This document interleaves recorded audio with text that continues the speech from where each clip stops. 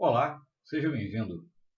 Nós temos hoje aqui um mini curso sobre propelentes químicos. Meu nome é Robson Fernandes de Farias, eu sou professor titular na Universidade Federal do Rio Grande do Norte. Nós trabalhamos presentemente, dentre outras coisas, com propulsão química, investigação, a busca de novos propelentes químicos, tá certo?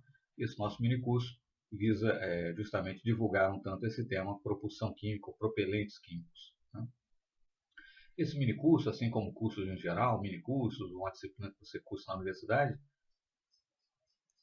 evidentemente é apenas um resumo, uma síntese, né? Uma apresentação que segue uma certa sequência lógica e que procura dar aí um panorama geral de um certo conteúdo, né? Por certo que não substitui, né, o estudo da literatura mais profunda, mais especializada, livros, artigos, etc., né? Então você vai encontrar o conhecimento em toda a sua vastidão e profundidade, tá certo? E, inclusive, ao longo desse mini curso, nós trazemos aí algumas propostas, né? Algumas sugestões de literatura, tá certo? Bom, já que vamos falar sobre propelentes químicos, podemos começar, ou devemos começar, definindo, afinal, o que seja um propelente, né? O dicionário Michaelis nos traz a seguinte definição: substância constituída de uma mistura de materiais combustíveis e de agentes oxidantes capaz de efetuar a propulsão de um corpo sólido, como um foguete, um projétil, etc. Então, de antemão, nós já sabemos que, via de regra, um propelente tem pelo menos dois constituintes, né? Um combustível e um oxidante, uma substância que vai ser combustionada e uma substância que irá coadjuvar, né? Atuar aí como comburente, irá atuar como oxidante, propiciando essa combustão. Conforme nós veremos mais adiante, existem algumas substâncias, algumas moléculas que contêm em si mesmas, né, uma parte que é combustível e uma parte que atua como oxidante. Enfim, mas isso fica mais para adiante um pouquinho, tá certo? Por hora, vamos tomar essa definição essencial, essa definição básica, né? Nós teríamos então dois constituintes para compor o propelente, um combustível e um oxidante. Bom, desde tempos imemoriais, né? Aí no caso a representação de um desenho animado, etc., mas enfim, no carro dos Flintstones, né, era necessária a propulsão, só que a propulsão aí era humana, né? Os pés, as pernas do Fred Flintstone que propiciavam, né, essa propulsão. Carros e aviões são, enfim, propulsionados, né, mediante combustão aí de combustíveis, né, com perdão da redundância. Mas enfim, substâncias químicas são combustionadas, né, atuam como combustíveis, né? Mas tanto os automóveis quanto os aviões têm tanque de combustível. Bom, mas de onde é que vem o oxidante, então, né? Aquele outro componente ali para promover a combustão e haver propulsão, né? No caso dos automóveis e também dos aviões, o oxidante é o oxigênio que está no ar. Por isso que os carros e os aviões não precisam, né? Não tem tanque de oxidante, ou não precisa carregar, né? Levar o seu próprio oxidante, porque o oxidante é aquele que está presente no ar, tá certo? Mas no caso dos foguetes, etc., conforme nós vamos ver, mísseis, enfim, o propelente precisa conter o oxidante também, né? Porque eles não vão aspirar do ar, não vão aspirar ar, né, para então ter o oxidante ali vindo do ar, como é o caso de carros, aviões, etc. E é por isso que foguetes, etc., por exemplo, podem, né, continuar queimando seu combustível mesmo no espaço, onde não existe oxigênio, porque na verdade eles já estão levando, né, dentro ali de si, na sua própria composição, o propelente. Bom, então nós temos aí também no que diz respeito à combustão dos propelentes, né, de foguetes, mísseis, etc., a atuação do famoso triângulo do fogo, né, em que você tem um combustível, uma espécie capaz de ser combustionada, o oxigênio atuando como comburente, né, como oxidante, e é preciso, num primeiro momento, uma fonte de calor, uma fonte de energia externa capaz de dar início, né, ao processo de combustão. Uma vez que ele tem iniciado, normalmente ele prossegue de maneira espontânea, né? Caso típico é quando você, por exemplo, risca um fósforo e acende aí um certo volume de álcool, por exemplo, ou de querosene, né? Ou mesmo o próprio fósforo, né? Que tem ali um conjunto de substâncias, né, na cabeça do fósforo, e quando você risca, né, você está ali por atrito, fornecendo calor, a ignição inicia-se e prossegue até que todo o combustível tenha terminado. Bom, no que diz respeito à história dos foguetes, né, a propulsão química, o uso, né, no caso da pólvora negra, né, para propulsionar artefatos, num primeiro momento apenas artefatos, né, para fins recreativos, como até hoje nós temos, né, os fogos de artifício, mas num segundo momento também para propulsionar, né, artefatos bélicos, né, já era praticado aí pelos chineses no ano de 1232, né, inclusive essa, né, essa flecha de fogo, qualquer coisa assim, né? Enfim, fire arrow, né? Mas enfim, uma flecha, enfim, um artefato pontiagudo que era propulsionado utilizando pólvora negra, né? E aqui nós temos certamente uma reconstrução moderna, né, no museu, dos artefatos utilizados pelos antigos chineses, né? Tubos, e aí lanças, né, ou flechas, enfim, flecha um pouco mais longa, né, colocada no interior do tubo. O tubo era cheio com pólvora negra, que era combustionada, e a flecha era, então, lançada, né, propulsionada. Né. Nós temos aqui um precursor bastante antigo, né, dos modernos sistemas lançadores aí de foguetes. Né.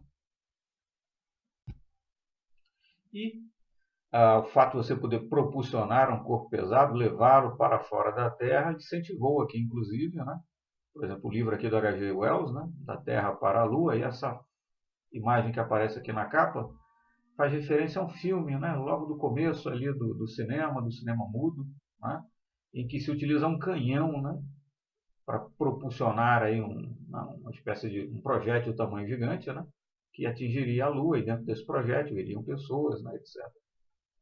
E a propulsão também de foguetes, é claro, né, passou a fazer parte aí da imaginação dos autores de ficção científica, né, surgindo aí personagens como o conhecido Flash Gordon. E, mais modernamente, né, personagens aqui também modernos, uma charge aqui com, né, o Kim Jong-un, e os modernos mísseis balísticos, né, são propulsionados, né, via propulsão química, enfim, no caso aí motores a combustível propelente sólido. Né. Bom, essa figura aqui é muito ilustrativa, é muito importante. Tá? Aqui nós temos em vermelho sistemas, digamos, de propulsão já operacionais, quer dizer, funcionam e são utilizados. Né? Aqui em laranja, tecnologias que já foram demonstradas, né? Ficou demonstrado, provado que elas funcionam, né? Mas não são ainda operacionais, propriamente falando. Né? Você não tem ainda veículos aí as utilizando. Né? E aqui em amarelo, tecnologias não provadas, né? Aquelas que ainda estão no campo aí da especulação, né? Da teorização, nem mesmo protótipos você tem, ou no máximo você tem uma tentativa de se fazer um protótipo, alguma coisa, né, realmente em escala de laboratório, etc.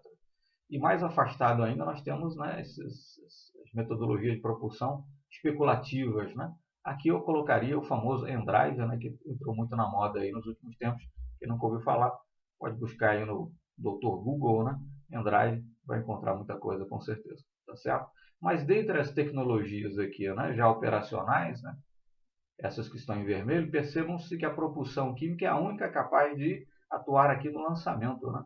Pegar um corpo pesado, aí, com peso de centenas de toneladas até, e retirá-lo do solo. Né? Dezenas, ou mesmo centenas de toneladas, e retirá-lo do solo.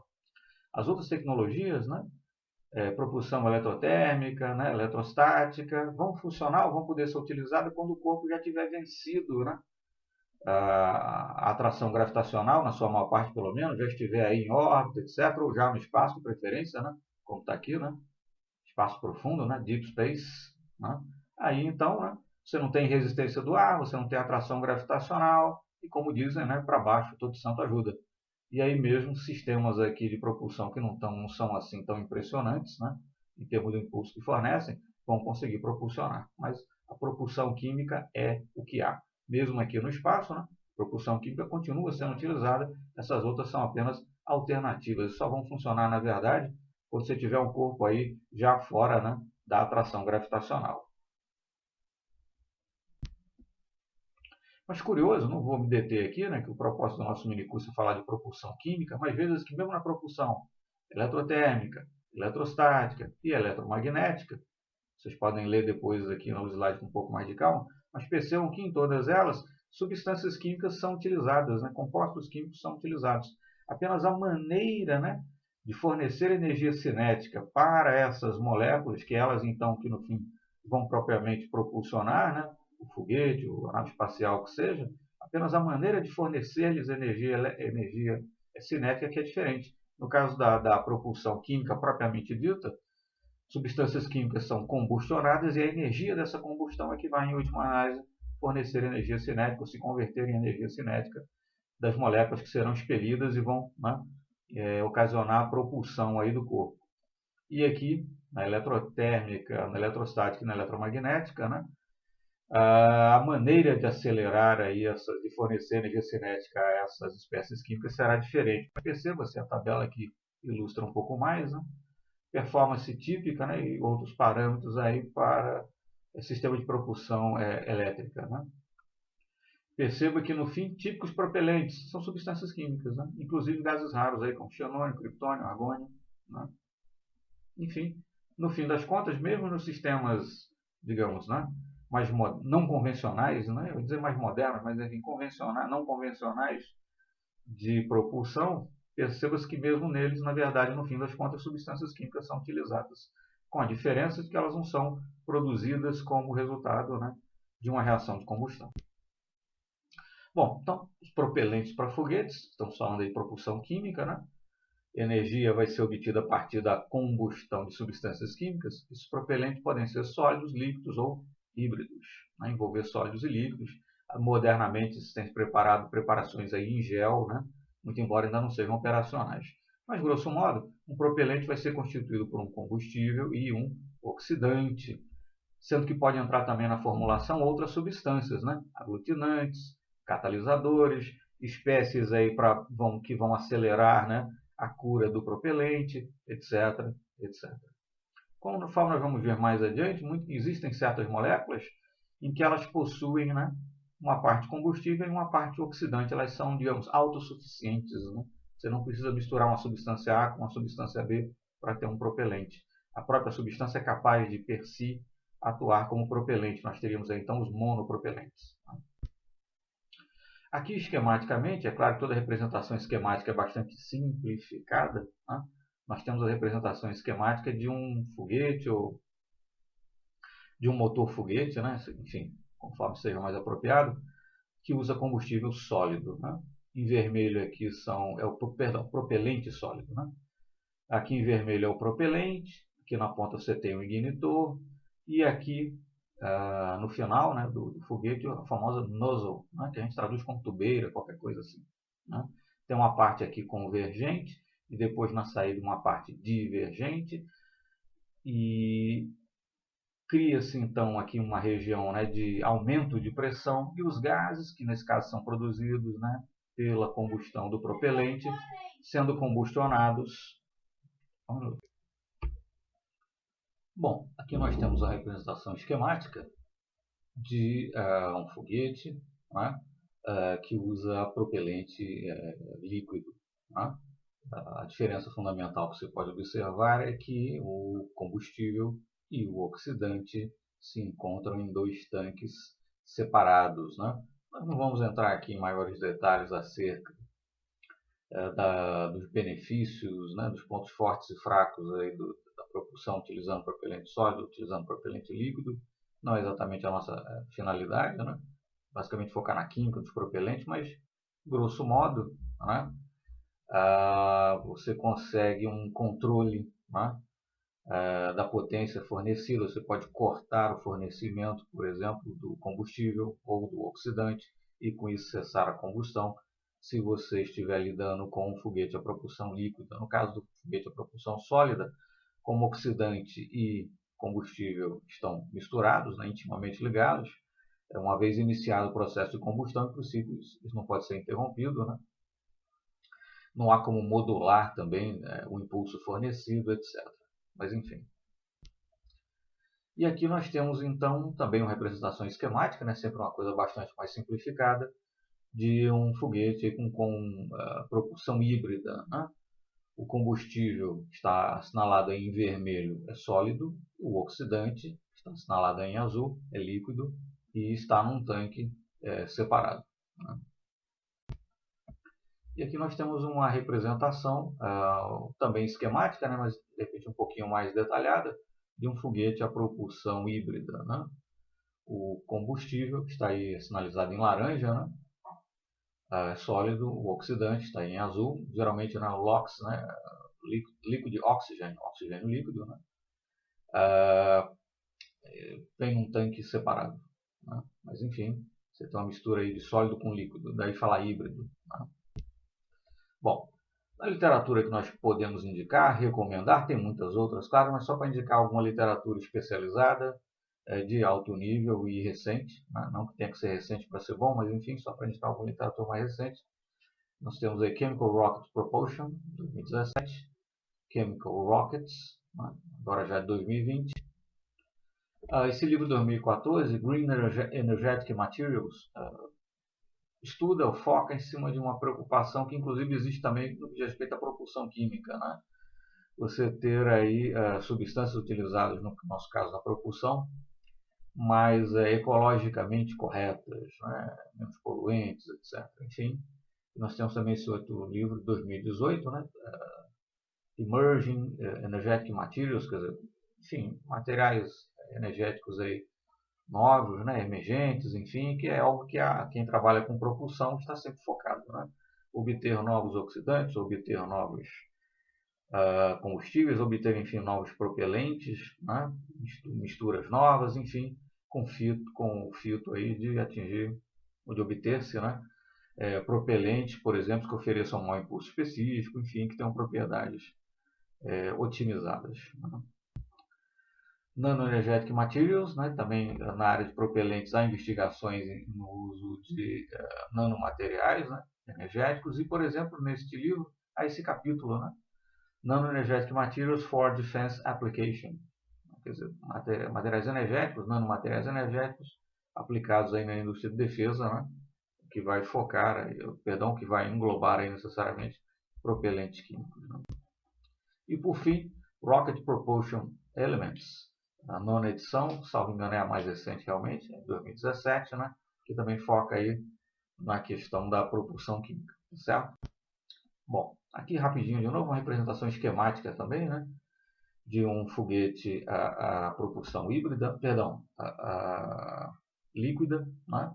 Oxidante e combustível, ambos líquidos, não necessariamente criogênicos, né? Mas muitas vezes criogênicos, né? Tipicamente hidrogênio líquido e oxigênio líquido, né? Que para serem líquidos tem que estar a baixíssimas temperaturas, daí criogênicos, né? Só para ilustrar que aqui a representação é esquemática, né? Mas já um pouquinho mais detalhada, e mesmo sendo a representação esquemática, né? Que evidentemente tem uma série de simplificações, etc. e tal, não entra muitas vezes em maiores detalhes, ainda assim podemos ver que é um pouquinho mais complicada, né? E aqui uma representação esquemática de um foguete ou de um motor foguete a propulsão sólida com aqueles elementos aí fundamentais, tá certo? Nozzle, o ignitor aqui na ponta, etc. Bom, tipos de propelentes, né? O que pode fazer parte aí de um propelente, né? Bom, oxidante, tipicamente oxigênio, ácido nítrico, né? N2O4, tetróxido de nitrogênio, combustível, querosene, álcool, hidrogênio líquido e outros. Daremos mais exemplos e ilustraremos isso melhor mais adiante. Esse propelente também pode ser um composto químico, né? Uma mistura de ingredientes, né? De oxidante e combustível, essencialmente, mas também eventualmente de outros ingredientes, e costumamos também chamar de propelente qualquer dos três acima, né? Aditivados aí como um agente gelificante, muito embora propelentes em gel ainda seja uma coisa meio que experimental, etc., né? Não ainda propriamente operacional. Bom, vamos falar aqui em algumas classificações, né? Vai ser uma parte um pouquinho enfadonha, tá certo? Não se trata aqui de ficar lendo nem de decorando, né? Porque conhecer química de propelente não é conhecer, né, classificações Da mesma forma que saber química não é decorar nomes e fórmulas de compostos. Né? Mas, enfim, só para a gente ilustrar, para quando você ler em algum livro aí, falar em monopropelente, né? Falar em single-based ou double-based propellants, coisas assim, você não fique perdido, tá certo? Mas é uma coisa, terminologia, o jargão da área, você vai se habituando à medida que você vai lendo, vai se aprofundando e naturalmente vão memorizando as coisas, né? Não se trata aqui de estimular nenhum tipo de decoreba. Mas, enfim, o que seria um monopropelente? Chegamos a falar ainda há pouco, né? É quando você tem numa mesma substância, numa única molécula, uma parte dela atua como oxidante, outra parte dela atua como combustível. Quer dizer, os dois componentes fundamentais, o oxidante e o combustível, estão numa única molécula, numa única substância. Não é necessário misturar duas substâncias, né? Uma vai atuar como combustível e a outra como oxidante. O exemplo mais emblemático aí os exemplos mais típicos e emblemáticos de monopropelentes são nitrocelulose e nitroglicerina. E aqui nós temos alguns exemplos, né? Não vou ficar lendo, mas tem os nomes, as formas e tal. Você pode olhar com mais calma depois alguns exemplos aí de substâncias que são monopropelentes. Né? Conforme a gente pode ver, todas essas moléculas contêm, né, grupos NO2, ou NO, ou NO3, como seja. Enfim, tem uma parte dela que atua como oxidante e tem cadeia carbônica, né, cíclica ou não, anéis aromáticos ou não, enfim, mas que vai ser combustionada. Quer dizer, numa mesma e única molécula, vamos ficar com a letra A aí como exemplo típico, né? Numa mesma e única molécula, você tem grupos, né, frações da moléculas que vão desempenhar o papel da molécula, frações da molécula que vão desempenhar o papel de oxidante, no caso os grupos NO2, e o restante da molécula, cadeias carbônicas e tal. Nesse caso aqui com dois anéis aromáticos, inclusive, né, que vão desempenhar aí o papel de combustível. Já falamos, né, nitrocelulose, NC, nitroglicerina, NG, dois exemplos emblemáticos aí de monopropelentes, muito embora existam vários outros. E aqui alguns exemplos de substâncias que costumam ser utilizadas como oxidantes, né, em propelentes compósitos, aqueles propelentes que têm, né, uma substância que atua como combustível e outra substância que atua como oxidante. Mas percebam que essas substâncias aqui, né, que estão catalogadas aqui como substâncias que vão atuar como oxidantes, né, elas possuem, né, grupos NO, NO2, como seja, né? Então, tem grupos que vão, né, promover a oxidação, mas ao mesmo tempo tem também as suas cadeias carbônicas. Quer dizer, no fim das contas, o que a gente quer ilustrar aqui é o seguinte, né? Modernamente, muitas vezes, quase sempre você procura utilizar na formulação de um propelente. Tudo bem, a substância, de repente, a função principal dela é atuar como oxidante. Mas se ela também for combustionável, também puder coadjuvar, né, na condição não apenas de oxidante, mas na condição também de combustível, processo de combustão, excelente. Da mesma forma, a substância que vai atuar principalmente como combustível, se ela possuir em si grupos que sejam capazes de atuar como ou de coadjuvar satisfatoriamente o processo de oxidação, melhor ainda. Né? Porque tudo que você coloca no propelente é massa, né? Digamos, e não pode ser peso morto no foguete, tem que ter uma função. E se tiver mais do que uma função, né, jogar no meio do campo e no ataque também, excelente. Bom, bipropelentes, né? Você tem um bipropelente quando você tem uma mistura, né? Você tem separadamente o oxidante e o combustível, tá certo? E no caso dessa mistura, né, desse bipropelente, combustível mais oxidante não ser hipergólica, você vai precisar acrescentar em algum momento, ou melhor dizendo, perdão, você vai precisar fornecer energia em algum momento para que a combustão se dê início, né? Você vai precisar de um ignitor aí no seu foguete. Combustíveis hipergólicos ou misturas hipergólicas, um propelente hipergólico, perdão, quando você tem uma determinada substância que atua como combustível e uma determinada substância que atua como oxidante, e você, tão logo as misturas elas entram espontaneamente em combustão. O próprio calor liberado na mistura, assim que elas começam a interagir, essa energia é suficiente para promover a combustão. Não é necessário o uso de um ignitor.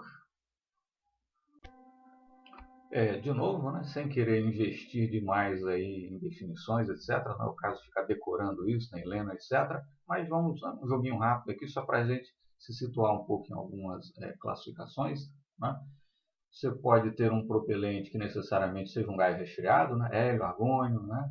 ou óxidos, gases diversos, né, que envolvam nitrogênio, ou nitrogênio gasoso, enfim, né, espécies que precisam estar aí resfriadas.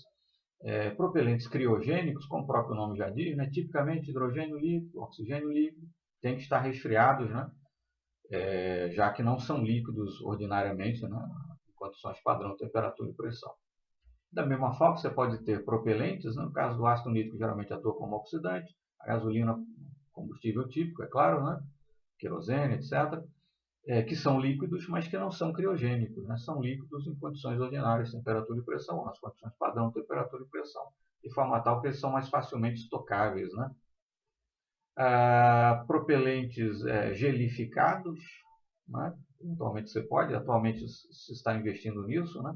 Produzir um propelente em forma de gel, etc., né? E propelentes híbridos, né? Nos quais você tem usualmente um oxidante, no estado líquido e um combustível no estado sólido, daí híbrido nesse sentido. Bom, os combustíveis propelentes, né, também podem ser classificados de acordo com aplicações específicas, né? Se eles vão ser utilizados, por exemplo, para municiar aí um buster, né? Como acontece lá no caso do ônibus espacial, né? Ou se eles vão ser propelentes em mísseis táticos e por aí vai. Mas enfim. Bom, Double Based Propellant, né? Double, duas, né? É um propelente formado por uma mistura homogênea de duas substâncias diferentes, normalmente nitrocelulose e nitroglicerina aditivadas eventualmente com outras coisas, mas para adiante a gente fala nisso. Né? E de novo, tá, pessoal, os nossos slides aqui, eles estão desrespeitando, né, num certo sentido, as normas da boa didática, né, que diz que os slides devem conter figuras, pouco texto, né, alguma coisa assim mais esquemática para poder, né, situar até o apresentador e a plateia também naquilo que está sendo falado e tal. No caso aqui, como esses slides, né, são de um mini curso, a soma deles meio que constitui uma pequena apostila ou coisa que o valha, né? Então nós optamos por carregar um pouquinho mais aí os slides, alguns deles pelo menos com texto, tá certo? Mas isso não quer dizer, é claro, que a gente vai ficar aqui lendo o texto, etc. e tal. Quem quiser ler, evidentemente, vai ter todo o tempo para passar depois os slides com calma, né? E poder lê-los, tá certo? Mas, enfim. Propelentes compósitos, né? São uma mistura heterogênea, né? Formada entre um oxidante e um combustível, perdão. A gente vai mencionar isso mais de uma vez, mais adiante vamos explicar até porquê. Atualmente, digamos, ainda é, né, o grande oxidante utilizado, perclorato de amônio. E ainda é, né, o grande combustível, um dos dois grandes combustíveis, alumínio, né, alumínio metálico, alumínio em pó, né, o elemento alumínio. E também, essa é a sigla aqui, HTPB, né, polibutadieno hidroxilado. Né, tanto é utilizado como um aditivo, né, um plasticizante ou coisa que o valha, né? um aglutinante, como também por si ele combustiona. Ele apenas, né? o polibutadieno hidroxilado com o perclorato de amônio, por si já constitui um propelente, ao qual normalmente se acrescenta alumínio para aumentar aí a energia liberada, tá certo? Mas eu chamo a atenção para essa letra A aqui no finalzinho, o seguinte, né?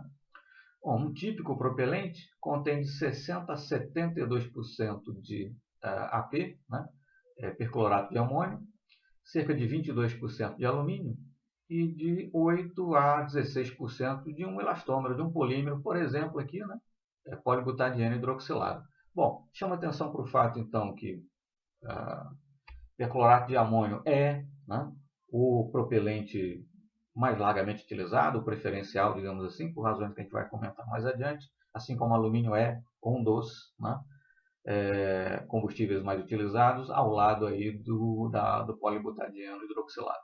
Mas chama atenção para o fato que, em massa, né, a maior parte da massa do propelente é constituída pelo oxidante. Né? E lembrar que o foguete, o míssil, o que seja, sobretudo se você estiver pensando aí numa nave espacial, por exemplo, algo que vai sair, né, da atmosfera e tal, ele tem que levar consigo, né, o seu combustível e o seu oxidante. Né? E esse oxidante constitui aí, como no caso aqui, tipicamente entre 60% e 72%, pode depender da formulação, né, do qual é o combustível e tal, mas tipicamente, né, mais de 60%, mais de 70% até da massa do propelente é o oxidante, que precisa ir junto, né, para garantir que você não precisa, né, do oxigênio da atmosfera para promover a combustão. Bom, propelentes modificados, né? Você pode acrescentar alguma substância energética, na HMX, RDX. Nesse ponto, um parêntese, né? Vocês vão poder verificar, consultando a literatura, que muitas substâncias que são oficialmente catalogadas como explosivos, né, são utilizadas também como propelentes, ou como combustível, enfim, na formulação de propelentes. Isso porque, no fim das contas, a combustão, né, ali num foguete, né, enfim, quando você está combustionando um propelente, você tem, na verdade, uma espécie de explosão controlada, né? Você precisa de substâncias altamente energéticas para poder fornecer energia, né? Consequentemente, impulso, né, significativo para o artefato que você está tentando tirar do solo, locomover, enfim, né? A gente fala sobre isso um pouco mais detalhadamente um pouco mais adiante, né?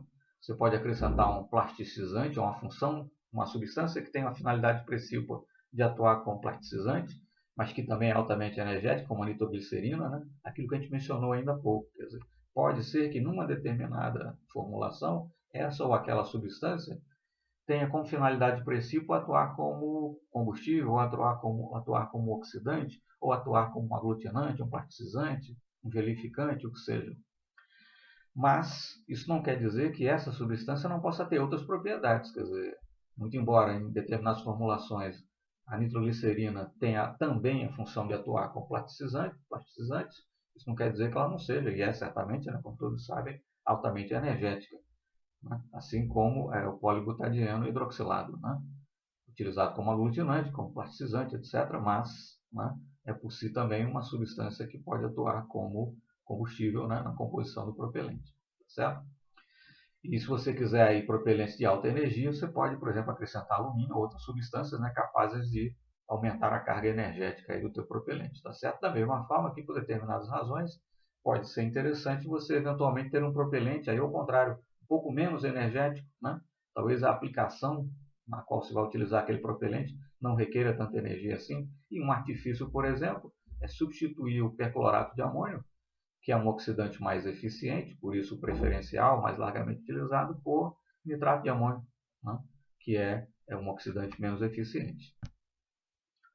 Bom, e os propelentes também podem ser classificados, né, em função da fumaça que eles produzem, né, como propelentes que produzem fumaça, né, smoke, reduced smoke, quer dizer, pouca fumaça ou mínima fumaça, né, essencialmente smokeless, sem fumaça, né. No caso do alumínio, por exemplo, que é um típico combustível, né, ele é combustionado e é produzido óxido de alumínio, mais especificamente trióxido de alumínio, Al2O3, que é um sólido branco, que vai ser expelido pela tubeira, né, pela saída ali, né, do foguete, do míssil, do que seja, e como é um pó branco, vai terminar gerando aí uma fumaça também branca, né?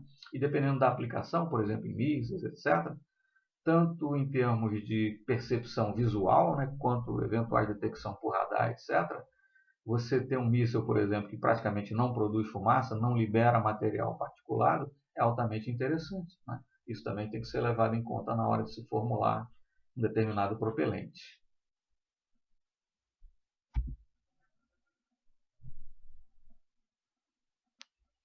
Bom, aqui nessa curva, sem entrar em maiores detalhes, nós temos aqui impulso, já falamos sobre, né? Mas que é o principal parâmetro, um dos principais, ou enfim, se tivesse que eleger só um, ou o principal parâmetro a ser considerado aí num bom propelente, embora tenha outros, claro, né? Mas enfim, impulso em função da taxa de queima, né? Para propelentes aluminizados, né? Propelentes com mínima quantidade de fumaça e propelentes com uma quantidade de fumaça reduzida. Conforme a gente pode perceber, os propelentes aí que têm maior impulso, né, são aqueles justamente os aluminizados, que são os mais energéticos, né? Os de mínima fumaça estão ali numa posição intermediária, né? Os de fumaça reduzida, numa posição mais baixa, perdão, e os de fumaça reduzida, né? Reduced smoke, enfim, que não produzem tanta fumaça assim, estão ali numa posição intermediária. E aqui nós temos, para uma série de propelentes, né, de novo impulso em segundos, no eixo Y, que é a unidade mais comum para impulso, em função da densidade, né, Então, um bom propelente, quanto mais denso ele for, melhor. Sendo mais denso, quer dizer que ele tem, comparativamente a outro menos denso, né? Ele tem uma maior massa no mesmo volume, né? E se ele for altamente energético, que também é altamente desejável, vamos falar mais adiante, ele terá fracionar muita energia por pequeno volume transportado, relativamente pequeno volume transportado. Então, você não pode, num foguete, ter peso morto, né? Então, quanto mais massa, enfim, você puder colocar no mesmo volume, quanto mais denso for o seu propelente e quanto mais energia ele liberar por unidade de massa, melhor, né? De novo aqui, nós podemos ver que a melhor relação, né, densidade-impulso fica aí com os propelentes aluminizados, né, que são esses aí envolvidos nessa área, incluso nessa área aí com essa linha cheia, mais escura, certo? Voltando a classificações, né, vamos um jogo rápido aqui para não ficar uma coisa enfadonha demais. Quer dizer, os propelentes também podem ser classificados do ponto de vista, né, porque a classificação pressupõe um critério. Você escolhe um critério, um parâmetro, e aí classifica, né, os propelentes em função daquele critério e parâmetro. Em função do parâmetro, critério, né, segurança, né, eles podem ser classificados como detonáveis e não detonáveis. E é claro que um propelente você quer que seja não detonável facilmente demais, a ponto de acontecer uma detonação espontânea, acidental, não desejada, mas também não pode ser tão estável assim quimicamente, tão difícil, né, de se iniciar uma combustão a ponto de você ter dificuldades em combustioná-lo e o lançamento de um foguete falhar, né, por exemplo. Tá certo? No que diz respeito ao processo de manufatura, eles podem ser classificados como propelentes, né, que são obtidos por extrusão ou por cast, dá para traduzir como moldagem, né? Então você pode ter o seu oxidante, combustível, outras substâncias ali misturadas, um particizante, né, um aglutinante, um catalisador, enfim, tudo que constitui aí o propelente, aquilo se constitui numa massa, numa pasta, né, um pouco grudenta, semissólida ou semilíquida, conforme a gente queira, enfim, que pode ser moldada, né? E aí você vai moldá-lo ali, por exemplo, no tanque de combustível, enfim, na câmara de combustão ali do seu foguete. Ou você pode ter, de repente, uma mistura que é algo mais dura, que não é adequada para ser moldada assim manualmente, então você vai precisar usar uma extrusora, né? Os propelentes também podem ser classificados em função do seu ingrediente, né? Se o oxidante principal for o perclorato de amônio, que é o mais utilizado, eu vou dizer que é um propelente à base de perclorato, né? Ou à base de nitrato, se for nitrato de amônio, por exemplo, por aí vai. Tóxico ou não tóxico, é claro que isso daí é muito relativo, né? Quando você diz não tóxico, dificilmente vai ser não tóxico realmente, quer dizer, comparativamente menos tóxico, né? Que é uma preocupação recente, enfim, essa coisa ambientalista, né? E propelentes experimentais, né? Ou de produção, quer dizer, propelentes que estão aí em uso, em largo uso, os mísseis utilizam, né? Os foguetes que são lançados aí todo ano utilizam, né? E você tem também propelentes experimentais no sentido de que ainda não são operacionais, né? De repente indústrias, centros de pesquisa, universidades estão investigando ainda, né? E por aí vai. Isso aqui vale a pena destacar, né? Tipicamente, um propelente típico, melhor dizendo, tem aí de 4 a 12 ingredientes. Então perceba que aquela formulação mínima, né? Um combustível e um oxidante é nada mais, né? Apenas 2 ingredientes, está longe de ser uma formulação típica, né? Porque pode conter ainda aí, como eu disse, um aglutinante, um gelificante, um particizante, uma substância para catalisar o processo, para acelerar ou retardar o processo de combustão, né? Uma substância que de repente ajude o propelente a se tornar mais processável, né? Do ponto de vista físico, melhorar a sua processabilidade. É uma substância que tenha por fito aumentar, né, a estabilidade química do propelente. Enfim, pode ter um pool aí de substâncias, né? E tipicamente contém pelo menos 4. Então percebam que tem uma receita aí que pode ser um tanto complexa, né? Aqui ficou meio pequenininho, tá, as letrinhas, pessoal, mas enfim, só exemplos aí de single based, double based e triple based propellants, né? Enfim, single based, o principal constituinte é a nitroglicerina, double based seria a nitroglicerina e nitrocelulose, os principais ingredientes. E triple based, os 3 ingredientes principais aí seriam nitroglicerina, nitrocelulose e nitroguanitina, certo? Mas enfim, vou olhar com calma aí depois. Sim, impulso, né? Bom, quanto maior impulso o propelente puder fornecer, melhor. Quanto maior sua densidade, melhor. Né? E esse produto, impulso específico pela densidade, é chamado impulso volumétrico. Né? Quanto maior, melhor. Quer dizer, aquilo que eu já disse, né? Um propelente que tem uma grande massa no pequeno volume que forneça muita energia por massa é o ideal. Aqui está em inglês F, né? F thrust, F que é de força, né? Lá da lei de Newton mesmo. Impulso vezes a massa, mas não é a massa de propelente, é a massa, está expresso aí como um fluxo, né? Quilograma por segundo. É a massa do fluxo das substâncias gasosas expelidas, né, pelo propelente. Tá certo? Aceleração da gravidade. Isso é impulso. Né? Isso é impulso. Quanto maior, melhor. Aqui uma típica curva, né? Impulso em função do tempo. Isso é bem típico, né? O impulso, é claro, de início é zero, né? O propelente, perdão, começou a combustionar, né?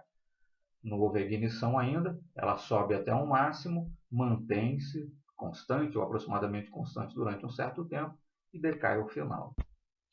E aqui nós temos três possibilidades clássicas, né? Numa curva de impulso em função do tempo. Ela aumenta, atinge um máximo, a partir daí começa a decair, regressiva. Ela aumenta, atinge um máximo, há um platô, durante um bom tempo ela se permanece constante, a partir daí começa a decair, chama-se de neutra, e ela aumenta, atinge um valor elevado, mas que ainda não é o máximo, a partir daí ela começa, né, a aumentar, aí sim atinge o máximo e depois decai uma curva progressiva. Aqui nós temos o shape, né, dos espaços vazios, a parte achurada aí é o propelente, né? E a parte em branco serão os espaços vazios. Então, dependendo aí do shape, da geometria dos espaços vazios ou, enfim, do propelente, né, nós teremos aí, isso vai interferir, né, na velocidade, né, do processo de combustão, e isso vai inclusive interferir também naquela questão da curva ser, né, progressiva, neutra ou regressiva. Por exemplo, né, nesse caso aqui do meio, né, esses três círculos aqui centrais, ou do centro, né, que o espaço vazio aí parece uma flor, qualquer coisa assim, né? Essa configuração, por assim dizer, né, dessa geometria aí do propelente, os espaços vazios, né, no interior ali do propelente, conduzem a uma curva do tipo neutra, né, novamente vindo agora. E aqui nós temos, para um mesmo propelente, sim, as temperaturas aqui estão em graus Fahrenheit, tá? Porque, enfim, é uma coisa que você vai se deparar, livros enfim, na área de engenharia em geral, termodinâmica, livros aqui da área de propelentes, né, de propulsão. Infelizmente, após mais de 2 séculos, né, Estados Unidos, Reino Unido e tal, ainda não aderiram ao sistema métrico. Né? Então, você vai se deparar por aí com unidades medievais, né? Jarda, libra, polegada, galão, enfim, e você vai ter aí temperaturas, não é medieval, mas enfim, né, em graus Fahrenheit, né? Eles não gostam por alguma razão nem de Kelvin, né, que é a unidade oficial do SI, nem de graus Celsius, que é a mais utilizada no mundo todo. Lembrar que a temperatura em Fahrenheit é 1,8 vezes a temperatura em Celsius mais 32. Então, em Celsius você subtrai 32 e divide por 1,8, ou para ficar uma conta mental mais rápida, divide por 2. Mas, enfim, o que importa aqui são os valores diferentes. Se aqui você tem pressão na câmara de combustão versus o tempo de queima, em segundos. O que se verifica vamos pegar os extremos, mais 160 Fahrenheit, menos 65 Fahrenheit. Né? Se o propelente for pré-aquecido, ele queima mais rápido. Né? Ele queima mais rápido. E a pressão produzida na câmara de combustão, consequentemente, é maior. E como a gente vai ver mais adiante, maior pressão na câmara de combustão também se associa a maior impulso, ou seja, pré-aquecer o propelente antes, né, de lançar aí o seu foguete pode ser uma boa. Né? Você vai conseguir mais pressão na câmara de combustão, consequentemente mais pressão. Bom, a gente não vai ler isso aqui, mas enfim, é uma das metas, um dos propósitos, né, da pesquisa, da investigação científica na área de propelentes, né, obter novos ingredientes aí para constituir novos propelentes, né, substâncias capazes de fornecer uma propulsão química cada vez maior. Né. E aqui, ficando apenas com os aspectos da química, né, no que diz respeito ao oxidante e também aos combustíveis, parâmetros aqui que você pode, né, os quais você deve buscar melhorar. Né? escolher um grupo de oxidantes, um grupo de combustível que seja adequado, né, em função das suas propriedades, das propriedades que você deseja para o seu propelente e por aí vai. Critérios e parâmetros, né, grosso modo, que você vai utilizar aí na hora de eleger substâncias que vão compor o seu propelente. Aqui nós vamos ficar com esse exemplo didático, vamos utilizar o chamado Rocket Candy, né, o Candy Rocket, enfim, chama de foguete doce porque o combustível é sacarose. Então nós vamos utilizá-lo bastante como exemplo didático. Né? Primeiro que é muito bom porque só tem dois ingredientes, né? Sacarose como combustível, nitrato de potássio como oxidante.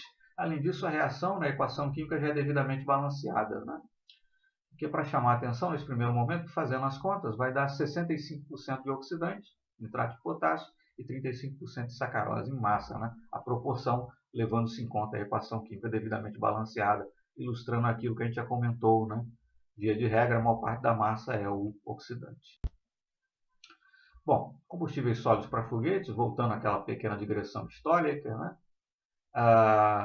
Já ali no começo, ali, antes da primeira metade, né, do século XIII, 1232, né, já foi utilizada a pólvora negra para fins estratégicos, tá certo?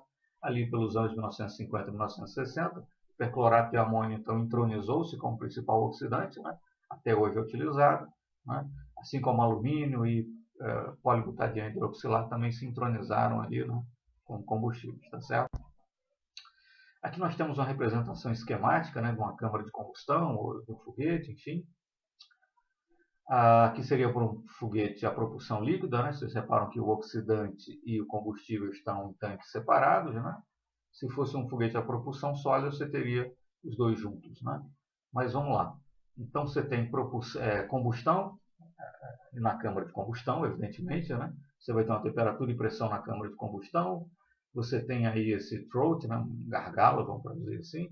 E o nozzle, né? A saída, aí, a tubeira por onde os gases produzidos no processo de combustão do propelente são expelidos. Né? A gente aqui cortou um bocado de coisa, dedução e tal, para ficar uma coisa mais didática, mais rápida, mas enfim, você pode calcular VE, a velocidade com que os gases que são produzidos na combustão ou pela combustão do propelente são expelidos.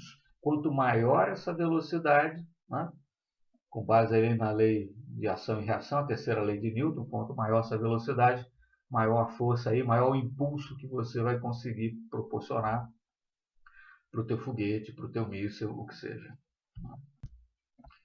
Aqui de novo a coisa já colocada em função do impulso. A última equação aqui chama atenção para ela, né? Impulso, e entra aí uma série de parâmetros, tá certo? A aceleração da gravidade, a constante do gás, né? Que é a constante universal dos gases dividido pela massa molar média, né? Das substâncias gasosas que são formadas na combustão, Cp, né? Gama, que é Cp sobre Cv, né? Cp é capacidade calórica pressão constante, Cv é capacidade calórica volume constante, mas enfim, é interessante você pegar isso no livro, né? Acompanhar o passo a passo ali da dedução, etc. e tal. Mas ficando com a equação aqui, né? Obtida ao final, ela nos diz duas coisas bastante importantes. Né? Quanto maior a temperatura na câmara de combustão, maior o impulso. Quanto menor a massa molar média das substâncias gasosas expelidas, né? Produzidas e depois expelidas ali no foguete, no míssil, que seja, maior o impulso. Maior temperatura na câmara de combustão, maior impulso. Menor massa molar média, maior impulso. Aqui, na parte de baixo aqui, tá, alguns parâmetros e tal, fica para ser lido que é melhor. Mas alguns exemplos aqui em cima, na primeira tabela, né, algumas misturas típicas, né? Querosene, oxigênio, oxigênio, hidrogênio flúor. E o impulso, né?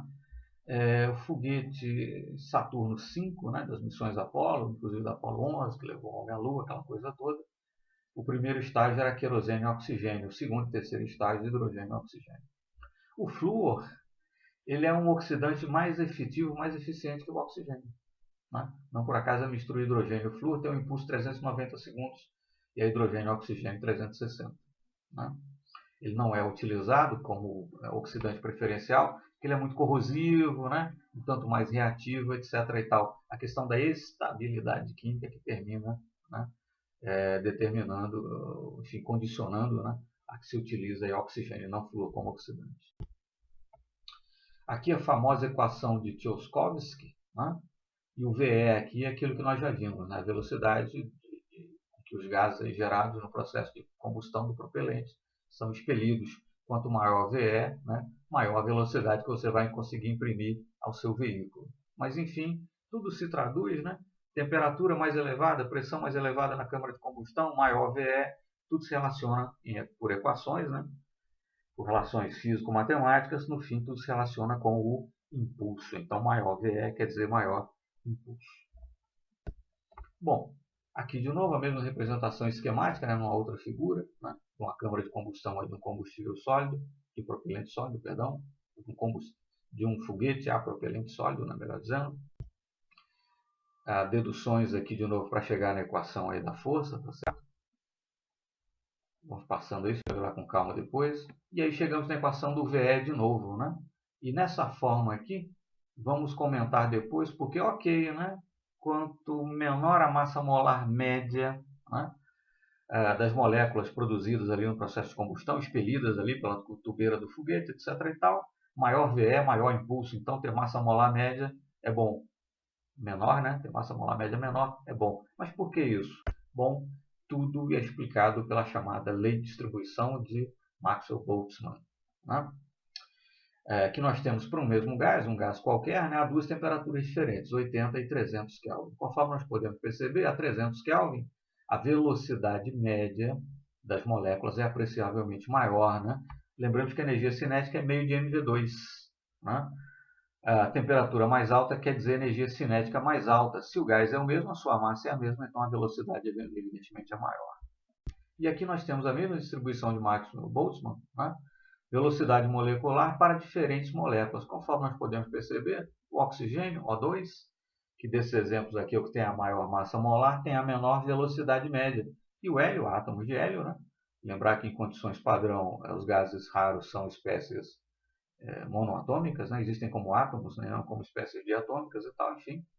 Átomos de hélio, então, têm maior velocidade. Tem maior velocidade porque tem menor massa molar média. É por isso que você deseja aqui os produtos gasosos produzidos ali pela combustão do seu propelente têm uma massa molar menor possível, vão ter maior velocidade, vão ser expelidos com maior velocidade, o que significa, em última análise, maior impulso, né? Numa linguagem rude, né? O seu foguete ou o seu míssil vai ser empurrado, né? Grosseiramente falando, com mais força. Bom, então condições de contorno, por assim dizer, né? Propriedades, virtudes altamente desejáveis para um bom propelente. Liberar grande quantidade de energia, né? Você pode colocar isso em kJ por grama. Né? Liberar com produtos de combustão espécies com baixa massa molar, quanto menor, melhor. Né? Ter estabilidade química, tanto puro quanto como oxidante. Né? Você não quer que o seu propelente se degrade, se estrague, né? Ou que, muito menos, entre em ignição de maneira inesperada e indesejada. Ser economicamente viável, eventualmente, evidentemente, né, é fundamental, porque as condições aí, as virtudes do seu propelente podem ser maravilhosas, né? Mas se ele custar muito caro, a gente vai citar um exemplo mais adiante, uma substância que poderia ser um combustível interessante, um propelente, mas que não é utilizada realmente por conta da inviabilidade econômica, enfim, se não for economicamente viável, evidentemente não interessa. Né? É poder ser estocado com segurança, né, com facilidade, tem a ver com a estabilidade química, tem a ver com custo também, né? Daí porque você não estoca, né, oxidantes ou né, combustíveis criogênicos, né?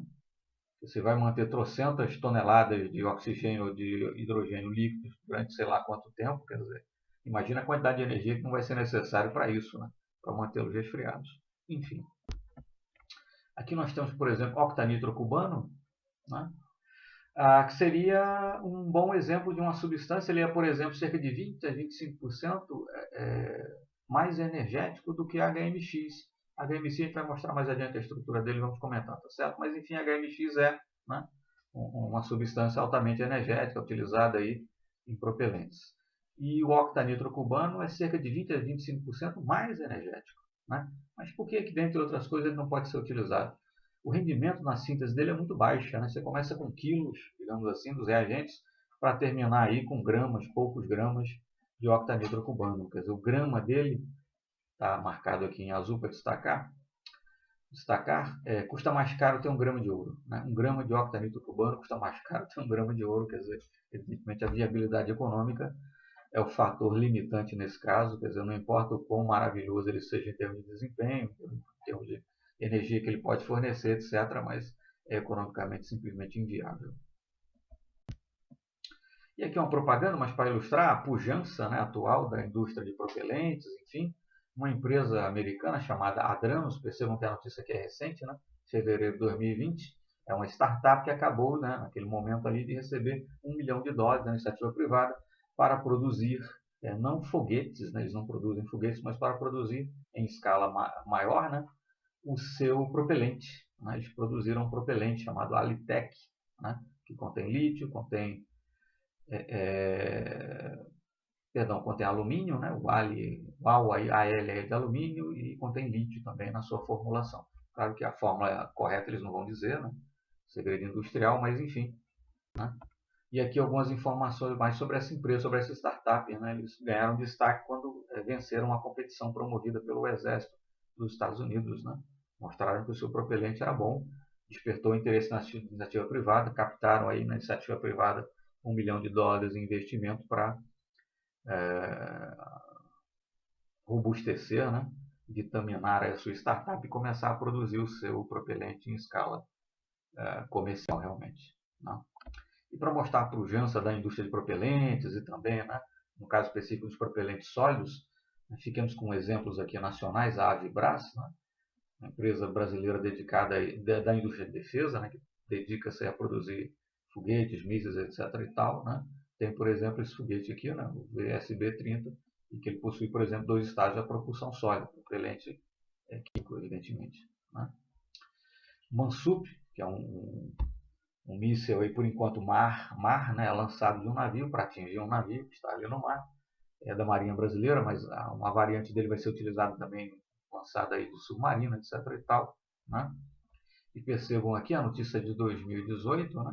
Naquela época a notícia diz que foram gastos 10 anos e 380 milhões de reais, né, na pesquisa. No caso era no míssil, né, não era propriamente no propelente, mas enfim, para ilustrar a pujança, né, da indústria de defesa que se utiliza, né, muito dos propelentes sólidos.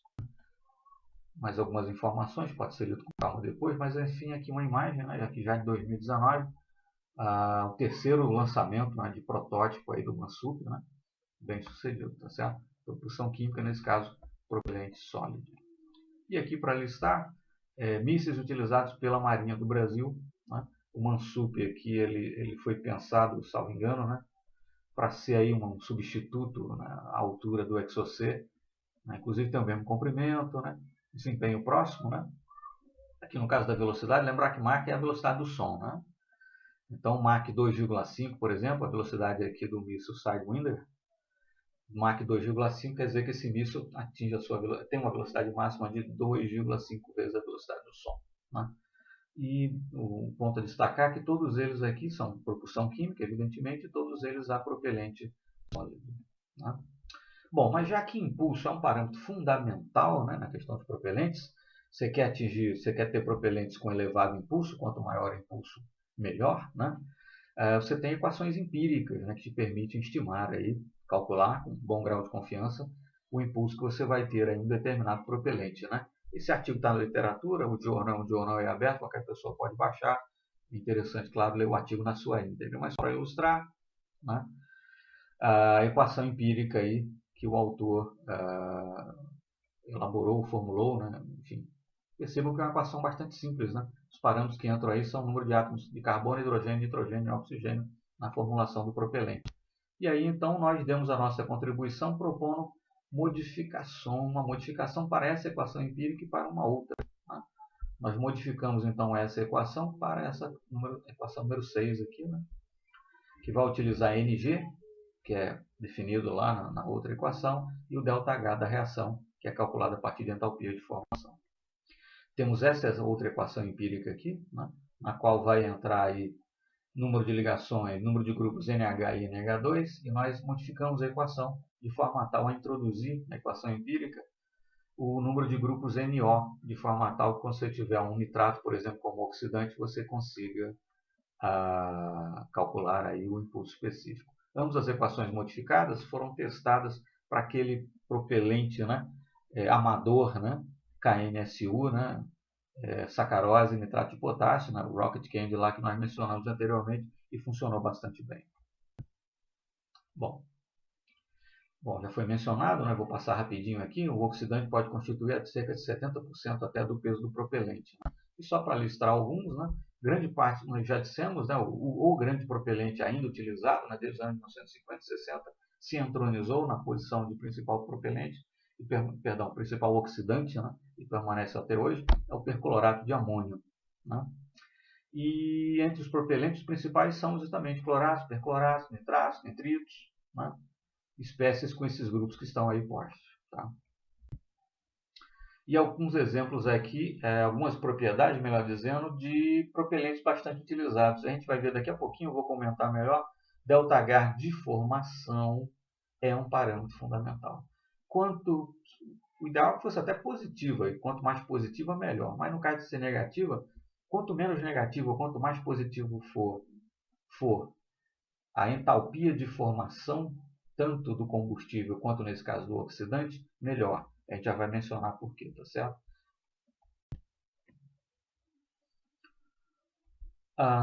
Alguns comentários aqui, né, sobre esses dois oxidantes, né, nitrato e perclorato de amônio, etc. e tal, né, e sobre a maneira aqui de você, de repente, né,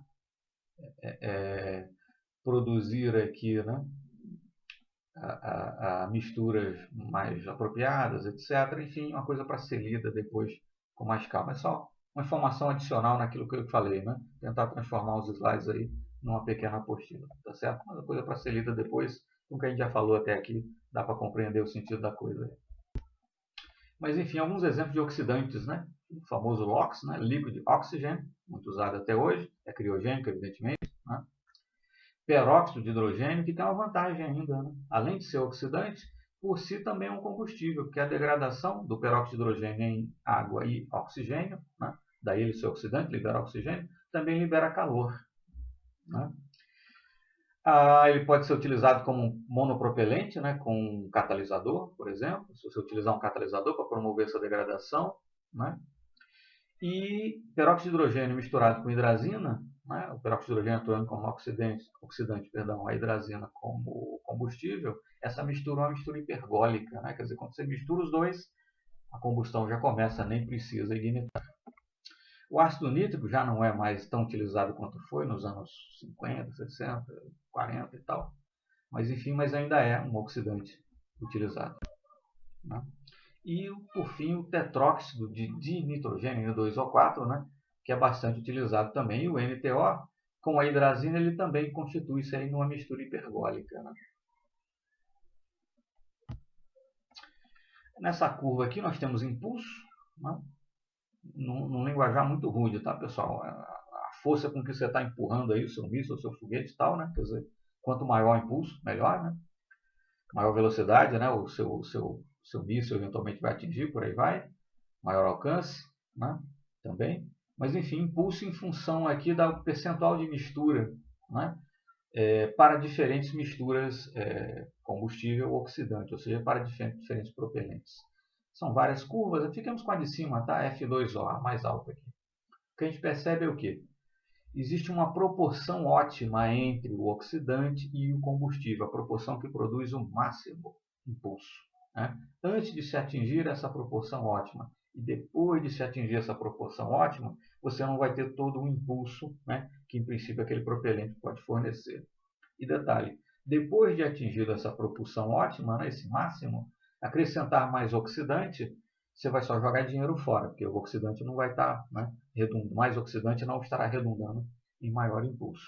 Além disso, como o oxidante é inclusive a maior parte do peso, né, do propelente, botar mais oxidante que no fim não vai servir para nada, é carregar peso morto. Né? E aqui nós temos taxa de queima no eixo Y em função da pressão na câmara de combustão. A gente pode dar diferentes propelentes aqui e tal. Aliás, perdão, desculpa, né? O mesmo propelente, tá? Com diferentes tamanhos, diâmetros de grão aí, certo? Do material particulado. E o que a gente percebe é que, primeiro, né, Quanto maior a taxa de combustão, né? Quanto maior a pressão, perdão, na câmara de combustão, maior a taxa, né, de combustão. Quanto maior a pressão, maior a taxa de combustão. E além disso, verificamos também, é claro, o efeito aí, né, dos grãos, né, do material particulado aí sobre o processo de combustão, né? E a gente verifica que ficamos com os quadradinhos aqui, né? Diâmetro de grão menor significa aí um desempenho melhor, uma taxa de queima maior, uma pressão maior. Isso é natural, né? Diâmetro de partícula menor, maior a superficial, mais fácil o processo de combustão. E aqui de novo, né? Alguns oxidantes típicos, né? Oxigênio, ozônio e outros mais, os ΔH de formação. Né? Lembrar que ΔH de formação, a grandeza tanto pode ser negativa quanto pode ser positiva. Né?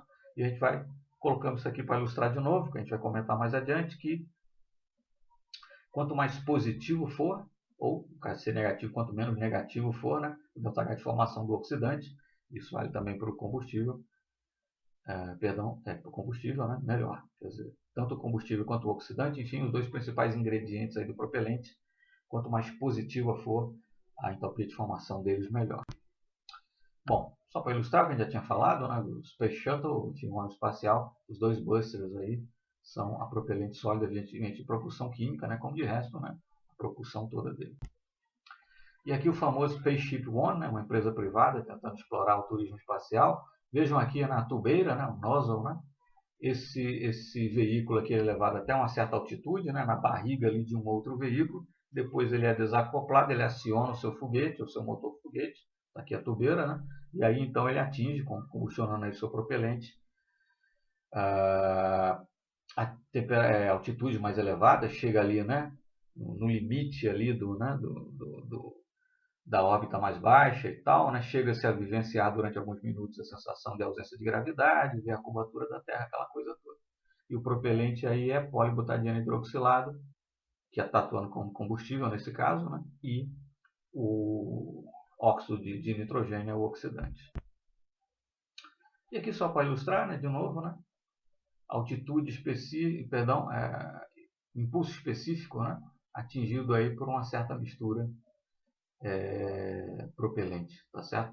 Só para chamar a atenção da importância, né, do impulso específico, enfim. E aqui, mais ilustrativo no caso, uma mistura típica, né? Perclorato de amônio, que é, digamos, o principal oxidante, alumínio, que é o principal combustível, ao lado do polibutadieno hidroxilado, e aqui aditivos, né? Esses aditivos aqui podem incluir, inclusive, o próprio polibutadieno hidroxilado, catalisadores, o que for. Mas percebam que o oxidante realmente é o principal constituinte. Bom, no que diz respeito a propelentes sólidos, eu quero que eles liberem a maior quantidade de energia, queime rápido, isso, aquilo, outro. Quer dizer, a termoquímica, né, do processo tem tudo a ver. Né? Então, estudar a termodinâmica, ou mais especificamente a termoquímica da combustão do propelente, compreendê-la, né, estudá-la, compreendê-la, otimizá-la, é fundamental. E aqui para ilustrar o RDX, né? Esse símbolo aqui, né, os dois símbolos, a caveirinha todo mundo sabe, quer dizer que é tóxico, né? E o outro aqui quer dizer que é explosivo.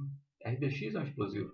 Salvo engano, utilizado na formulação daqueles explosivos plásticos, né? Plastex, Sentex e tal, que forças policiais, terroristas, exércitos e tal gostam de utilizar. É um explosivo, né? Alto poder energético, né? Lembrar que no fim das contas a queima ali do propelente é uma explosão controlada, né? Mas enfim, para ilustrar um exemplo aqui de um típico, né?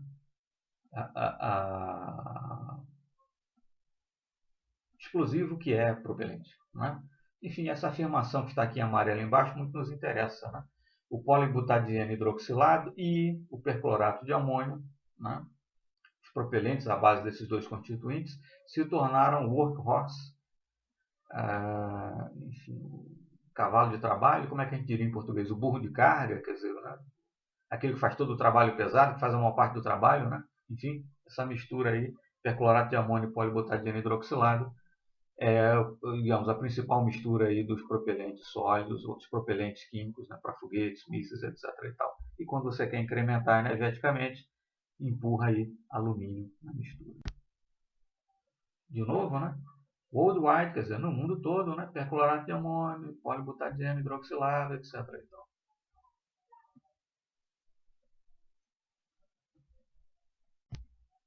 exemplos da literatura, né, recente, ou mais ou menos recente, para mostrar que, não obstante já serem muito conhecidos e utilizados e tal, há investigação, ainda há o que investigar. Né? O primeiro trabalho aqui, influência da porosidade do perclorato de amônio, né? Nas propriedades aí dessa mistura com o cloreto de polivinilo. Lembrar que o cloreto de polivinilo, o famoso PVC, já foi também testado e utilizado como combustível. Né? E o trabalho aqui de baixo, em português, né? Simulação da combustão do polibutadieno hidroxilado, perclorato de amônio e alumínio, né? Uma formulação típica de um propelente, né? De alto nível, de alto desempenho, de alta performance, né? Em formulação de propelente sólido. O trabalho aqui se dedica a simular essa combustão. Já que falamos tanto dele, né? O polibutadieno hidroxilado, está aqui a sua fórmula. Né? Aqui embaixo tem a fórmula do butadieno, o polibutadieno é um polímero, evidentemente, né? E tem hidroxilas, né? Daí hidroxilado. É um líquido, né? É um líquido. Alumínio em pó é um sólido, perclorato de amônio é um sólido, né? E você ter um líquido, né? Para misturar tudo isso, né? E produzir aí, atuando como, né? Plasticizante, aglutinante, e que além disso, né? É um excelente combustível, é o que há, né? Não por acaso essa tríade, né? Alumínio, polibutadieno hidroxilado e perclorato de amônio, digamos, constituem, né? A trindade aí da propulsão, né? De alto nível, de alta performance. Uma notícia, a notícia de 2018, eu confesso que não procurei verificar, né, se a coisa já foi concluída, em que pé que está, etc. Mas enfim, a notícia é na revista Tecnologia e Defesa, né, periódico muito conhecido e respeitado na área. Em 2018, então, a Avibras, aquela empresa lá que produz mísseis, foguetes e tal, ia investir 72 milhões de reais para instalar em uma planta, né, uma fábrica, uma planta industrial para produzir polibutadieno hidroxilado, né, porque ela usa muito, então comprar do exterior, por exemplo, parece que um seu fornecedor faliu, alguma coisa assim, mas enfim, eles usam tanto que vale a pena, inclusive, investir muito dinheiro para eles terem a sua própria fábrica desse insumo que é tão fundamental para a indústria de defesa, nesse caso da indústria de propelentes, né, que é o polibutadieno hidroxilado.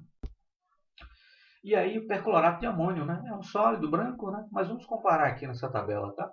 ΔH de formação do perclorato de amônio, menos 296 kJ por mol. Pegamos o extremo, ΔH de formação do nitrato de potássio, que é utilizado lá naquele Rocket Candy, né? Que é um propelente ali, enfim, amador e tal, de baixa performance, né? O ΔH de formação é bastante mais negativo, né? 495 kJ por mol, dá 200 kJ por mol de diferença. Né? E é isso, em essência, que faz com que perclorato de amônio seja um oxidante de alta performance e o nitrato de potássio não. Né? Além, é claro, da proporção de oxigênio na molécula e tal, mas enfim, o ΔH de formação é o parâmetro fundamental. Vamos explicar por que daqui a pouco. E aí, já que falamos também de perclorato de amônio, as suas reações, né? Sua degradação térmica. Tem uma parte que é reversível e outra parte que não. Vale a pena dar uma lida aí depois com calma.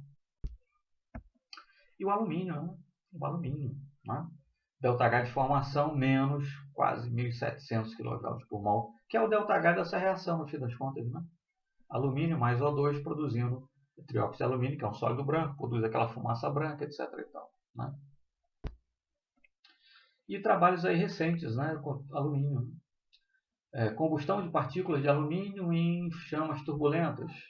Oxidação de pó de alumínio em elevadas taxas de aquecimento. Análise numérica da combustão do alumínio, né?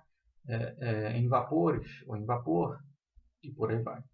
Ou seja, é um tema ainda candente, né? Ainda há algo que muito pesquisar. Lembrar que na tabela periódica o boro está acima do alumínio, é do mesmo grupo, né? O grupo 13 na tabela periódica. Embora o alumínio, pelo custo, etc. e tal, seja mais largamente utilizado, mas o boro é um excelente combustível. Você tem formulações também de propelentes que incluem boro. Está aí um livro, né? 2019, né? Combustíveis ricos, enfim, propelentes, né? Com combustíveis ricos em boro. Né? O livro é um livro inteiro dedicado só a isso. Veja a importância do boro como combustível, né? Na formulação de propelentes.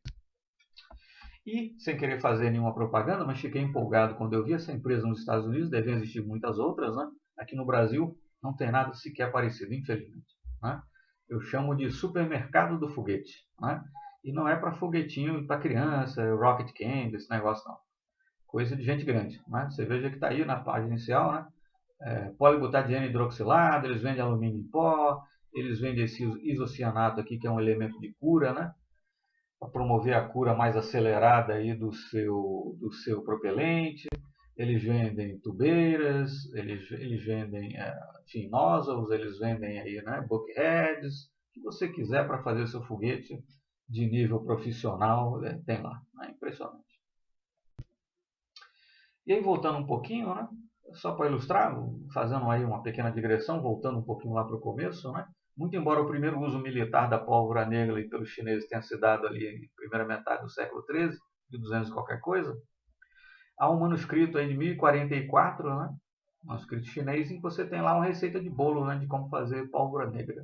Né, como fazer pólvora negra. Sim, mas vamos lá, usando de novo como exemplo didático, né, o LAU-KNSU. Sacarose sólida como combustível, nitrato de potássio sólido como propelente. Né?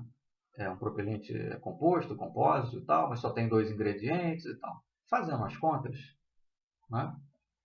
A perda de massa, considerada os produtos gasosos, tá? Apenas os produtos gasosos, ok? Porque o carbonato de potássio e hidróxido de potássio são sólidos. Considerando só os gases, que é o que interessa, a perda de massa é de cerca de 56%. Se você levar em conta a degradação térmica do carbonato de potássio, essa perda de massa cai para 69,4%. Opa, em princípio é bom, né? Você produz mais 3 mols de CO2, é mais gás sendo liberado. Bom, não é bem assim, a gente vai ver mais adiante. Né? Porque veja, você pode calcular a entalpia dessa reação utilizando valores de ΔH de reação, perdão, ΔH de formação. Né? E você calcula a entalpia da reação, no caso da combustão. Cerca de exotérmica, a reação libera calor, libera energia, né?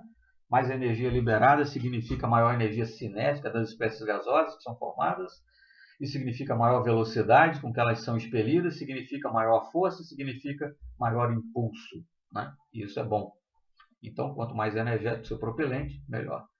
Exotérmico, libera muita energia, cerca de 2.200 kJ por mol. Mas detalhe, se a temperatura na sua câmara de combustão superar os 900 graus Celsius, a 900 graus Celsius o carbonato de potássio ele funde e depois se degrada, liberando CO2, o que a princípio seria bom, mas acontece que essa degradação térmica é endotérmica, grandemente endotérmica, de forma tal que, somando as duas reações, o ΔH da reação, que era de cerca de exotérmica, em cerca de 2.200 kJ por mol, ele continua endotérmico, mas cai para casa dos 1.000 kJ por mol. Ou seja, evitar a degradação térmica do carbonato de potássio nesse propelente é altamente desejável. Né?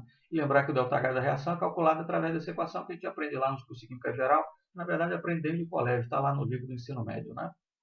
ΔH da reação é o somatório de ΔH de formação dos produtos menos somatório de ΔH de formação dos reagentes.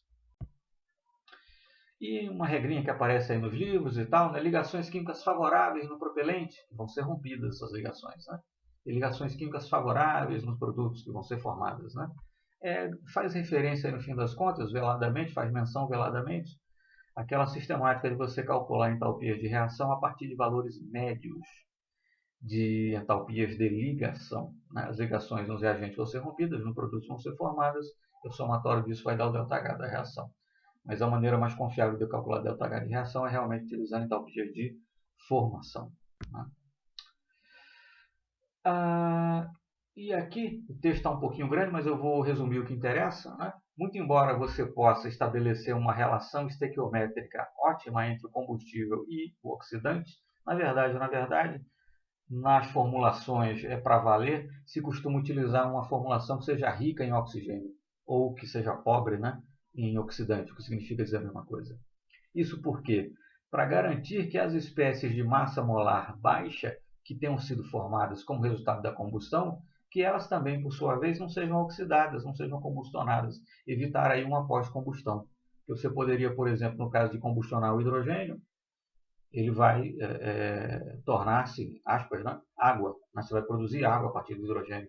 Então você sai de uma espécie com massa molar 2 gramas por mol passa por uma espécie com massa molar 18 gramas por mol. E como nós vimos, com base na lei de distribuição de Maxwell-Boltzmann, a velocidade, que é a velocidade nesse caso com que as moléculas vão ser expelidas pela tubeira do seu foguete, do seu míssil, o que seja, será tão maior quanto menor seja a massa molar. Então o ideal é ter menos oxidante do que seria necessário estequiometricamente para garantir que as espécies gasosas formadas na combustão não serão posteriormente elas também combustionadas. Tá certo? Em essência, aqui, perdão, voltar ao slide, o efeito da adição de fitalucina de cobre. Né? Então, quando você tem apenas KNSU, vamos ficar aqui com a tabela 2, tá? Apenas KNSU, o percentual de massa liberado aqui é cerca de 69%. Isso significa dizer que isso só chega a 69% porque o carbonato de potássio está degradando, liberando mais CO2. Tá certo? Já quando você acrescenta 50% ou mesmo apenas 10% de fitalucinina de cobre, perceba que o percentual de massa liberado aí fica na casa dos 58%, dos 52%, né? Dependendo do percentual acrescentado. E esse percentual é aquele percentual de perda de massa de quando não há a degradação do carbonato de potássio. Então, acrescentamos aí uma espécie que inibe a degradação térmica do carbonato de potássio e, consequentemente, maximiza a energia liberada. Sem falar, aqui na primeira coluna, né, o KNSU puro entra em combustão, ignita-se, né, enfim, é ignitado a cerca de 193 graus Celsius. Já acrescentando a fitalucinina de cobre, essa temperatura pode cair a 130 ou 160 graus Celsius. Além de tudo, você diminui a temperatura de ignição, um outro efeito benéfico. Né? E aqui a curva temperatura de ignição versus percentual adicionado de fitalucinina de cobre, percebemos que, né, cai consideravelmente, apreciavelmente a temperatura de ignição se você acrescenta, com a medida que você acrescenta a fitalucinina. Mas o ponto mais fundamental é você realmente inibir a degradação, né, do carbonato de potássio, maximizando a energia liberada. E aqui, né, fica um pequeno exercício, né, calcular a entalpia da reação para essa reação. Já calculamos, na verdade, né, quando o oxidante é nitrato de potássio, mas calcular também a entalpia da reação quando os oxidantes forem nitrato de sódio e nitrato de lítio. Né? Para começar, sódio e lítio têm massa molar menor do que potássio. Consequentemente, aquela proporção oxidante combustível, que é 65 gramas para 35 gramas, ela pode cair. Você pode acrescentar mais combustível. No princípio, isso é bom. Né? E além disso, tem a questão que nós já falamos aí, a questão vital dos ΔH de formação. Né? Como o ΔH da reação é somatório, o ΔH de formação dos produtos menos somatório do ΔH de formação dos reagentes, e tanto o combustível quanto o oxidante são reagentes, quanto mais positiva ou quanto menos negativa for, né, a entalpia de formação deles, melhor. Inclusive, como nós mencionamos, né, é por isso que o perclorato de amônio é um oxidante muito mais eficiente do que o nitrato de potássio. E aqui as reações que acontecem com a chamada pólvora negra, né? Mas como nem tudo são flores, né? Nitrato de sódio, ok, né? Menos massa molar, você pode acrescentar menor massa molar, você pode acrescentar mais combustível, mas, por exemplo, sabe-se, por exemplo, na pólvora negra, né? Você pode utilizar nitrato de sódio no lugar de nitrato de potássio, por exemplo, né? Como oxidante.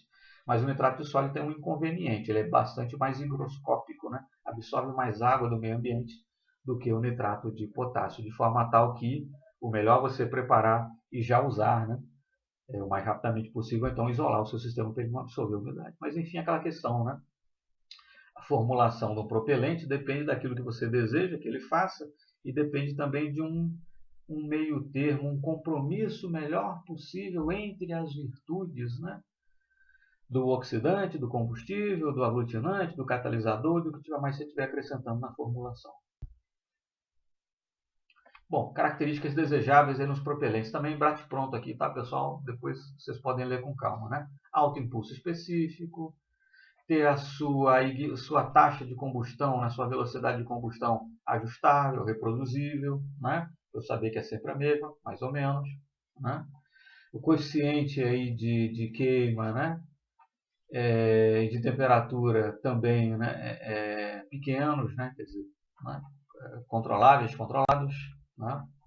Propriedades físicas, que inclui aí a ligação, né, as ligações químicas entre as espécies, entre os átomos, tanto no propelente, do combustível, perdão, quanto no oxidante, conhecidas, né, enfim, que tenham valores adequados, desejáveis, né, para que possam ser rompidas e que as novas ligações formadas sejam altamente energéticas, uma elevada densidade, né? Essa característica aqui, Desirable Aging Characteristics and Long Life, quer dizer, seguinte, o seu propelente está armazenado em tanques, ou está armazenado já no míssil, no foguete, enfim, no míssil tipicamente que fica, né, para pronto emprego ali já enfim, municiado, né, com propelente, quer dizer, e se ficar lá 6 meses, 1 ano, e aí o propelente estragar, digamos assim, se degradar, etc. Né? Então ele tem que envelhecer bem. Né? Que absorva pouca umidade, né? E ser fácil de ser manufaturado, né? Enfim, a manufatura dele também implica em baixo custo, etc. Ou seja, de novo, né, para resumir, uma soma de virtudes. Né? Não existe propelente perfeito, assim como não existem pessoas perfeitas. Né? É a soma de virtudes, né, e defeitos que vai dizer ali se é interessante.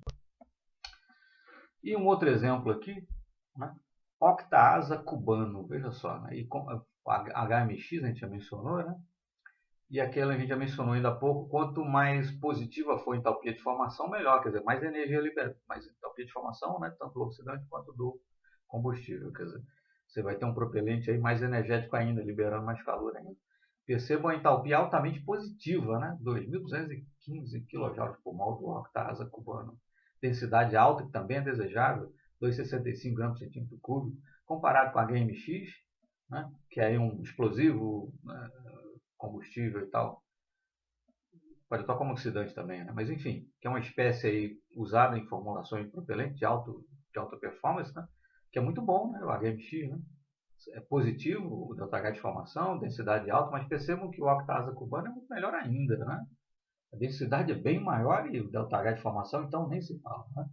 Como isso aí entra com sinal menos na hora de calcular o ΔH da reação, descontado aí o que fosse fornecido pelo oxidante, só o combustível já estaria dando aí mais de 2.200 kJ por mol, fora o ΔH aí dos produtos e tal, quer dizer, altamente interessante. Mas por enquanto, né? Está na linha da investigação, uma espécie hipotética, né? Etc. E tal. Bom, é considerado um alótropo do nitrogênio. Essas informações aqui saíram até da Wikipédia, tá, pessoal? Quem quiser entrar lá e pegar mais informações, mas enfim, considerado uma forma alotrópica do nitrogênio, né? A fórmula é N8, o nitrogênio é N2 e tal. Enfim, considerado um alótropo, né? Mas é uma espécie bastante instável, né? Meta-estável. Meta-estável quer dizer, né? O equilíbrio, né? Físico-químico, enfim, termodinâmico, né? Está ali no fio da navalha, né?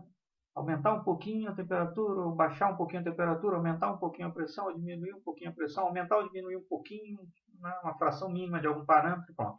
A molécula se desfaz, né? Por assim dizer, e passa por uma alótropo mais estável, que no caso é N2, né?